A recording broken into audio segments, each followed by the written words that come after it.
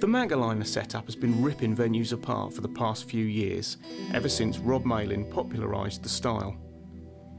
The importance of the way the rig is cast, however, and the tackle that's used is vital to its success, and here Rob Marsh and Lee Merritt, noted carp match anglers of distinction, explain in more depth how to get the best from this devastating method.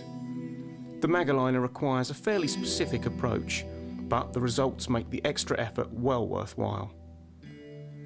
Maggots have made a real resurgence in carp fishing lately, and the Mag-Alinger setup is playing a large part in that.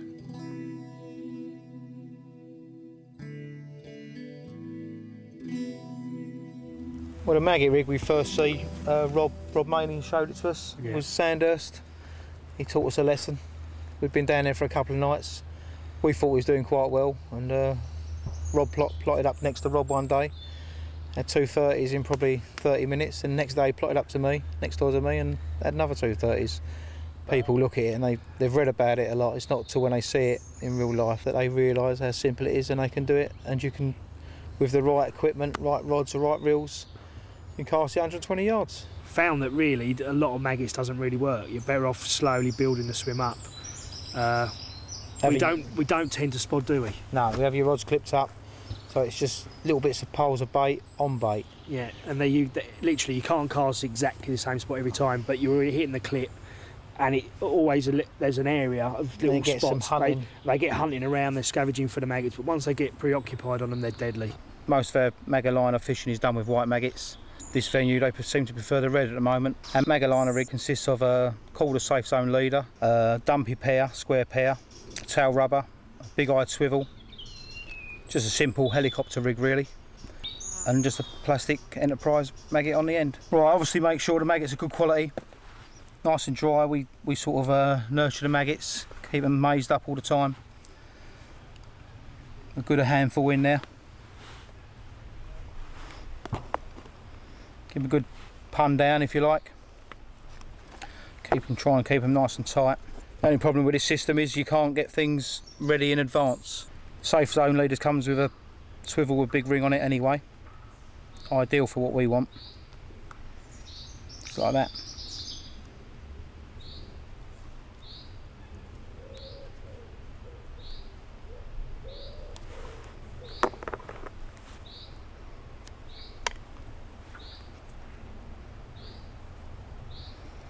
Two maggots on the hook.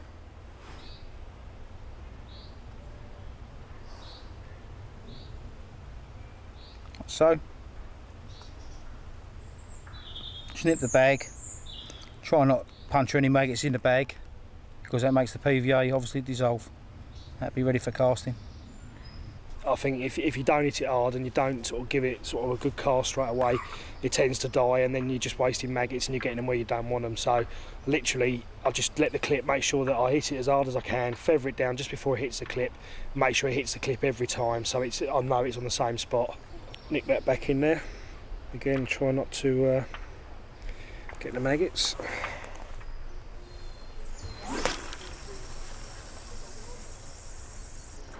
It's lovely. Right, what we're going to do is drop it in the water to simulate someone casting it out. One of the benefits of this rig, even when you're casting 120 yards, is the hook bait is captured in the PVA, and they never ever tangle. It's all in one solid, one big lump. As is the water, you just know every time it's not tangled up. Really good and really confident about casting that rig out 120 yards. Here we see Pete Castle trying his luck with just a couple of rods, using the roving approach. Pete feels that sometimes marking and spotting can cause too much disturbance, when a simple rig cast to showing fish can yield instant and very productive results. And I was really struggling up at the other end of the lake. Seems like the wind pushing down here and the warm conditions. You know, it was obvious that they were going to be down here, but you can't night fish here, and we're here for the best part of 5 days, so I've decided to bivvy up there in a little quiet bay to see what I could catch. But so as you can fish days down here, just put a couple of rods in the multi-pouch, landing net, a couple of buzzers, and Yeah, just a few bits just to see me through. It's not really stalking, I suppose it's to some extent, but with the buzzers, and so I could sit back and relax a little bit and enjoy the sunshine. But also, if I needed to get to the far bank, which I can't get round there to fish, I could just cast over there.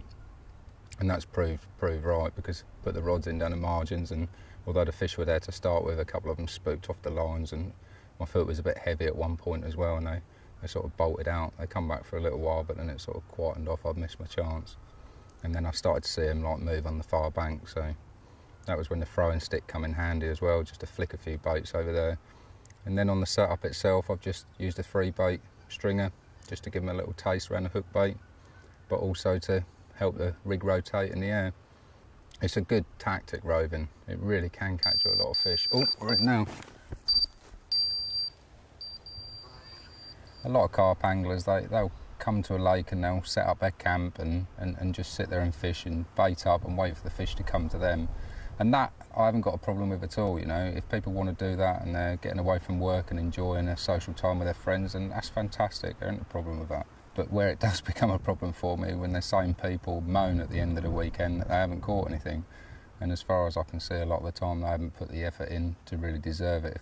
Roving approach, you can, you know, you're taking the bait to the fish. You're turning up, looking in an area that you think that the fish are, trying a rod in there, trying a couple of rods in there. If you don't get anything, then you either up sticks and move, or like this bay, there's no one else fishing in here. I can hit most of the areas up and down the bay from this swim. So wherever they show in here, and there is groups of fish in this bay definitely, and they're moving along. So, you know, I'll give it 20 minutes. If I haven't had anything, then I'll have another little look, see if I can see a fish showing somewhere else, and then just put a bait on it and see how that goes, you know. With a cracking mid-20 common. I'm well pleased with that. It's a fantastic approach, roving rods. Summer or winter, if you can put a bait close to the fish, there's a good chance of you catching them.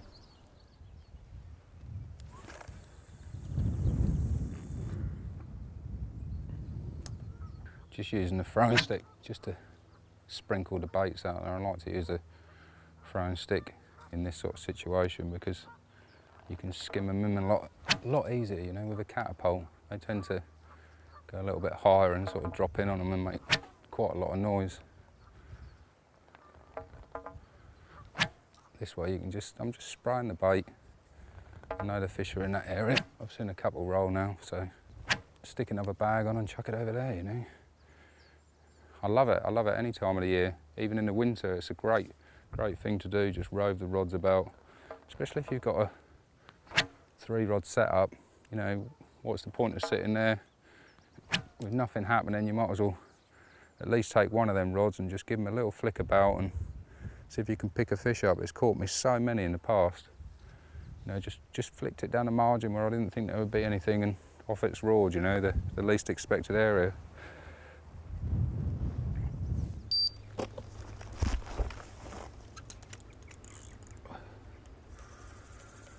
Yes, we're in. We're always carting up the lake fairly hard, right? Pete went on to have a couple more fish with the roving approach, but we're now going to go back to Brian's swim, where he talks about a method that over the years has proved devastating for him, but one that needs careful application. It's time to go zigging, and Mr. Jarrett is the man to talk to.